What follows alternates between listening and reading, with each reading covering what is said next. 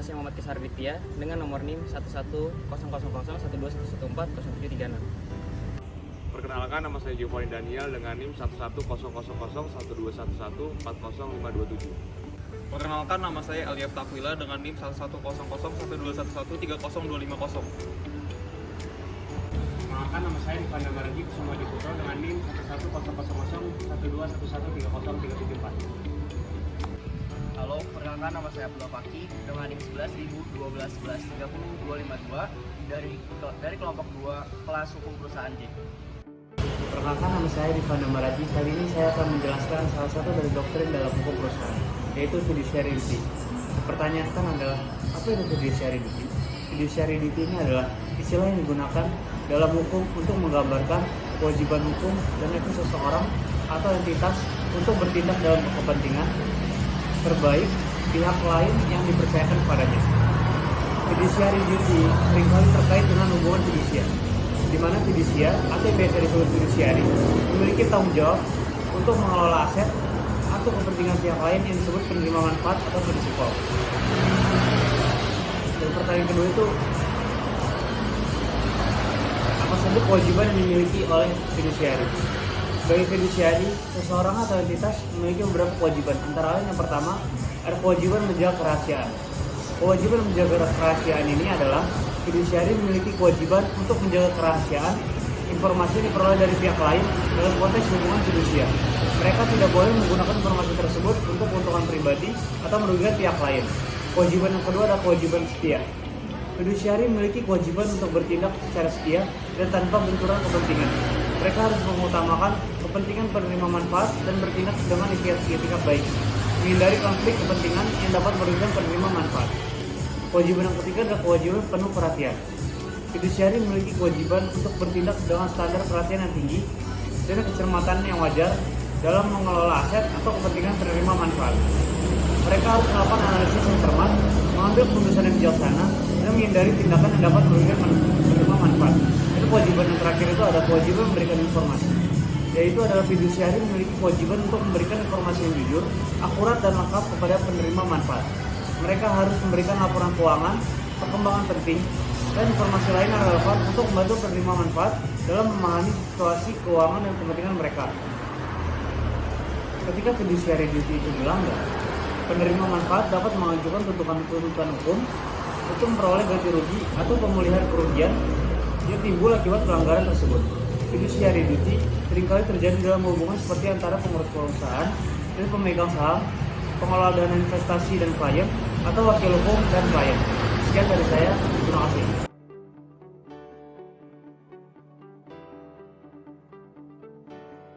Baik, jadi saya di sini akan menjelaskan teori dari pertanggungjawaban korporasi mengenai piercing the corporate veil.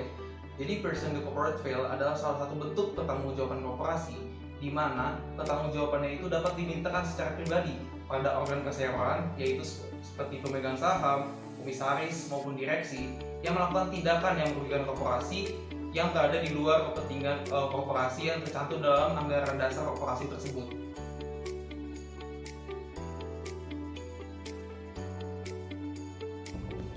Halo, nama saya Muhammad Kisar Ditya. Jadi, untuk materi yang akan saya bahas hari ini yaitu terkait dengan Business Judgment Rules atau BJR. Nah, BJR ini merupakan keputusan yang diputuskan oleh pimpinan yang di kemudian hari ternyata ada kesalahan. Oleh sebabnya, direksi tidak dapat digugat karena keputusan tersebut berlandaskan itikat baik dan demi perusahaan semata. Nah, doktrin ini bertujuan untuk melindungi kepentingan direksi dalam keputusan yang dibuatnya berdasarkan itikat baik dan bertanggung jawab.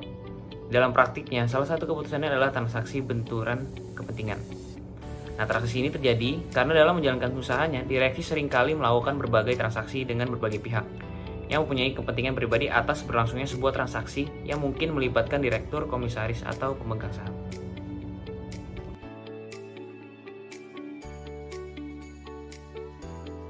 Perkenalkan, nama saya Giovanni Daniel. Pada kesempatan kali ini saya akan menjelaskan sedikit tentang derivative action. Derivative action adalah suatu gugatan berdasarkan hak utama atau primary right dari perseroan tetapi dilaksanakan oleh pemegang saham atas nama perseroan. Gugatan tersebut dilakukan karena adanya kegagalan dalam perseroan. Dengan berkata lain, gugatan derivatif merupakan suatu gugatan yang dilakukan oleh pemegang saham untuk dan atas nama perseroan. Dikatakan derivatif atau turunan karena gugatan tersebut diajukan oleh pemegang saham untuk dan atas nama perseroan. Gugatan mana sebenarnya berasal dari gugatan yang seharusnya dilakukan oleh perseroan. Apabila anggota dewan direksi atau dewan komisaris melakukan kesalahan atau kelalaian mengakibatkan menderitanya kerugian perseroan, maka pemegang saham memiliki hak untuk mengajukan gugatan tersebut. Dari pengertian di atas dapat ditarik beberapa unsur, yaitu yang pertama adanya gugatan, 2 gugatan itu diajukan ke pengadilan, 3 gugatan tersebut diajukan oleh pemegang saham perseroan dari perseroan, 4 pemegang saham mengajukan gugatan untuk dan atas nama perseroan, 5 pihak yang digugat selain pihak perseroan biasanya direksi perseroan tersebut, 6 sebab diajukan gugatan tersebut karena ada kegagalan dalam perseroan, 7 karena diajukan untuk nama dan atas perseroan, segala hasil dari gugatan tersebut menjadi milik perseroan. Pengaturan gugatan derivatif pada direksi diatur dalam pasal 97 ayat 6 Undang-Undang PT nomor 40 tahun 2007 yang menyatakan bahwa atas nama perseroan pemegang saham yang mewakili paling sedikit 10% dari jumlah seluruh sahamnya dengan hak suara yang mengajukan gugatan ke pengadilan negeri terhadap anggota direksi yang karena kesalahan dan kelalaian menimbulkan kerugian dan perseroan.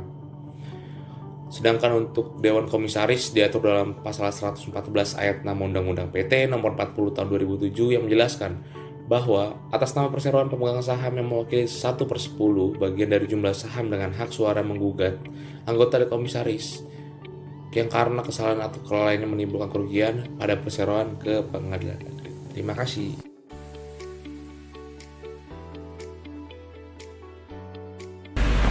Dalam hukum perusahaan dan hukum administrasi, istilah ultra vires berasal dari bahasa Latin yang berarti melampaui kekuasaan. Ultra vires adalah suatu tindakan atau keputusan yang dilakukan oleh suatu badan hukum atau individu yang melampaui batas-batas kekuasaan atau wewenang yang diberikan kepadanya oleh hukum atau peraturan yang berlaku. Contoh ultra vires pada perusahaan. Dalam konteks objek tujuan perusahaan, jika objek tujuan suatu perusahaan adalah bergerak di bidang manufaktur, maka perusahaan tersebut melanggar ultra vires jika mulai beroperasi di bidang jasa konsultasi. Jika objek tujuan perusahaan adalah bergerak di bidang penjualan produk kosmetik, maka perusahaan tersebut melanggar ultra vires jika mulai memproduksi makanan. Contoh ultra vires dalam konteks kewenangan direksi, jika suatu perusahaan memiliki kebijakan bahwa keputusan penting harus melibatkan persetujuan dewan direksi, maka seorang direktur yang mengambil keputusan penting tanpa meminta persetujuan dewan direksi dapat dianggap ultra vires. Jika peraturan perusahaan mengharuskan persetujuan mayoritas pemegang saham untuk melakukan investasi yang signifikan, maka direksi yang melakukan investasi tanpa persetujuan pemegang saham dapat dianggap ultra vires. Itu yaitu mengenai dampak dan konsekuensi dari ultra vires. Yang pertama yaitu tidak sah atau tidak berlaku. Tindakan yang dianggap ultra vires dapat dinyatakan tidak sah atau tidak berlaku oleh pengadilan atau pihak yang berwenang. Dalam konteks perusahaan, tindakan ultra vires dapat menyebabkan konsekuensi hukum seperti denda atau tuntutan hukum. Selanjutnya yaitu tanggung jawab hukum. Individu atau badan hukum yang melakukan tindakan ultra vires dapat bertanggung jawab secara hukum atas konsekuensi dari tindakan tersebut. Pihak yang menderita kerugian akibat tindakan ultra vires dapat mengajukan tuntutan ganti rugi atau meminta pemulihan kerugian yang diakibatkan oleh tindakan tersebut. Selanjutnya itu mengenai pencegahan dan penanganan ultra vires. Penting bagi suatu badan hukum atau perusahaan untuk membatasi dan mendefinisikan dengan jelas kekuasaan dan wewenang yang dimiliki oleh individu atau badan tersebut. Dokumen-dokumen perusahaan seperti anggaran dasar atau peraturan perusahaan harus secara rinci menjelaskan objek tujuan perusahaan dan batasan kekuasaan setiap entitas atau individu di dalamnya. Selanjutnya yaitu pengawasan internal dan eksternal. Proses pengawasan yang efektif baik melalui sistem pengawasan internal ataupun pengawasan eksternal seperti auditor independen dapat membantu mencegah dan mendeteksi tindakan ultra vires. Sistem pengawasan yang kuat dapat memberikan mekanisme untuk mengevaluasi keputusan dan tindakan yang diambil oleh individu atau badan hukum dalam rangka menjaga kepatuhan terhadap hukum dan peraturan yang berlaku. Sehingga kesimpulannya yaitu ultra vires adalah tindakan atau keputusan yang melampaui kekuasaan atau wewenang yang diberikan oleh hukum atau peraturan yang berlaku. Dalam konteks perusahaan, tindakan ultra vires dapat memiliki konsekuensi hukum dan dapat dinyatakan tidak sah atau tidak berlaku. Penting bagi suatu badan hukum atau perusahaan untuk memastikan bahwa kekuasaan dan wewenang yang dimiliki oleh individu atau badan tersebut terbatas dan terdefinisi dengan jelas untuk mencegah tindakan ultra vires. Pengawasan internal dan eksternal efektif juga penting dalam mencegah dan mendeteksi tindakan ultra vires.